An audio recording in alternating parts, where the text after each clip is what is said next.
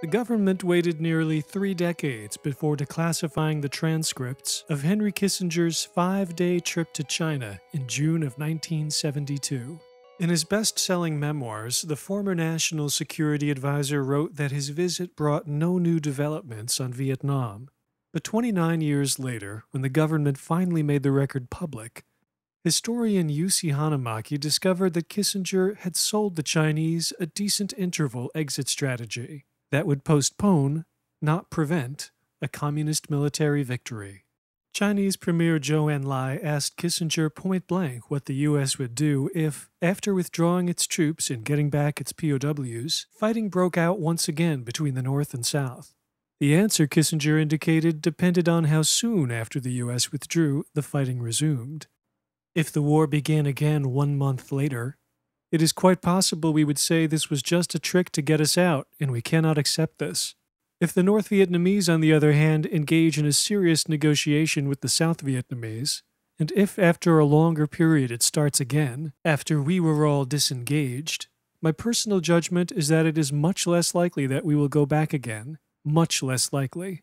The next day, Joe pressed him, saying, "If a civil war breaks out again, you shouldn't go back to take care of that." I believe, Kissinger said, if a sufficient interval is placed between our withdrawal and what happens afterward, that the issue can almost certainly be confined to an Indochina affair. So the outcome of your logic is that the war will continue. The most rapid way of ending the war would be to concentrate on the military issues and permit us to disengage from Indochina, and after that permit the local forces to work it out, either through negotiations or other means. But if the issue cannot be solved at the present existing negotiation table, then the local forces will continue in conflict. This can almost be said to be certain. Then, at least, the outside forces will be disengaged. On June 22, 1972, shortly before midnight, Joe provided the answer Kissinger had been seeking. As you said, 1 month would be too short for the fighting to break out again. It could be a bit longer.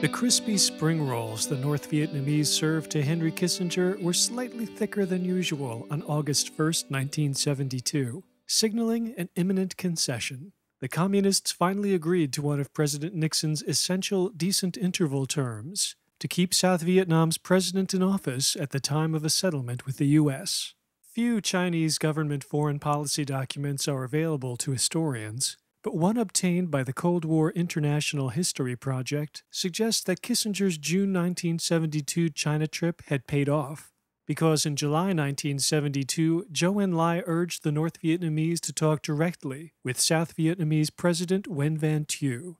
The North Vietnamese still wanted Thieu's resignation, but Zhou told their chief negotiator, "The question is to play for time with a view to letting North Vietnam recover, thus getting stronger while the enemy is getting weaker." If the talks with Thieu broke down, Zhou said, "We will fight again." South Vietnam would be in a weaker position then, since a ceasefire in place would leave the Communists militarily occupying and governing parts of the South, and Nixon would withdraw all U.S. troops, leaving no residual force. A decent interval deal would leave Thieu in office temporarily, but it would only delay, not deny, the Communists' military victory. For the first time, Nixon wrote in his memoirs, the Communists actually seemed to be interested in reaching a settlement. After Kissinger returned to Washington, the President and the National Security Advisor had an unusually candid discussion. This being perfectly full-blooded about it. If you look at it from the standpoint of our game, so from the standpoint of running this country, we can take, in my view, almost anything, frankly, that we can force onto almost anything. I just come down to that. You know what I mean? Because I have a feeling we would not be doing like I feel about the Israeli. I feel that in the long run we're probably not doing that. And this favor due to the fact that I feel that the North Vietnamese are so badly hurt that the South Vietnamese probably going to do fairly well. But also due to the fact that as I look at the tide of history out there, South Vietnam probably never been surviving. This was the crux of the matter. The president never dared tell the American people. In fact, he told us the opposite. Publicly, the president said he would bring the troops home only when the South could defend and govern itself. He had added 4 years to the war, more than 20,000 American casualties. Every time I talk to a brave wife of an American POW, every time I write a letter to the mother, a boy who has been killed in Vietnam, I become more deeply committed to end this war and to end it in a way that we can build a lasting peace. You also have to realize, Henry, that winning an election is terribly important. It's terribly important this year. But can we have a viable foreign policy if a year from now, 2 years from now, North Vietnam gobbles up South Vietnam? That's the real question. If a year or 2 years from now, North Vietnam gobbles up South Vietnam, we can have a viable foreign policy if it looks as if it's a result of South Vietnamese encounter. If we now sell out in such a way and say that in a 3 to 4 months period, we have pushed fuel over the brink, we ourselves, I think that is going to be, even the Chinese won't like that. I mean, they'll pay verbally they'll like it. But it'll worry them. But it will worry everybody. It was a peculiar foreign policy rationale. Zhou Enlai had urged Nixon to get out of Vietnam sooner rather than later, and pledged to support Hanoi following U.S. withdrawal, not positions suggesting China was worried about its ally winning the war quickly. Kissinger returned to the domestic political bottom line. And domestically, in the long run, it won't help us all that much because our opponents will say we should have done it 3 years ago. So we've got to find some formula that holds the thing together a year or two. After which, after a year, Mr. President, Vietnam will be a backwater. If we settle, let's say, this October, by January 74, no one will give a damn.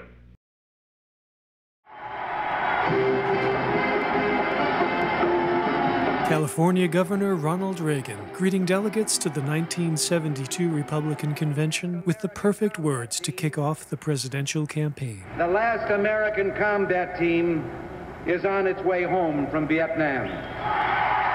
Only the president's decision to time U.S. military withdrawal to the election made this ovation possible. And only the secrecy of the decision enabled Ronald Reagan to praise Richard Nixon for idealism with integrity. The rhetoric of the Republicans' greatest living orator transformed the president into an American hero, the kind portrayed by the Hollywood actors who'd become fixtures of GOP conventions. Jimmy Stewart, who'd achieved stardom playing an idealist blind, initially, to the corruption of a politician he admired, in Mr. Smith Goes to Washington. President Nixon's idealism is such that he believes the people of South Vietnam should have an opportunity to live under whatever form of government and within whatever society they themselves choose. The biggest Hollywood star of all stumped for the president. Unlike Air Force Brigadier General James Stewart, John Wayne wasn't a war hero, but he had played one on the silver screen time after time, until he became the image of the American war hero. Resolute, a strong leader, a man who did what had to be done. President Nixon's idealism caused him to say, "This nation will do whatever has to be done so long as one young American remains in enemy hands." In Ronald Reagan's eyes, President Richard Nixon was a man above playing politics with war. And never once, after taking office, did he criticize his predecessors for their conduct of the war. Nor has he ever charged one of them with killing young Americans for personal political ambition. Idealism with integrity. We believe that peace is at hand.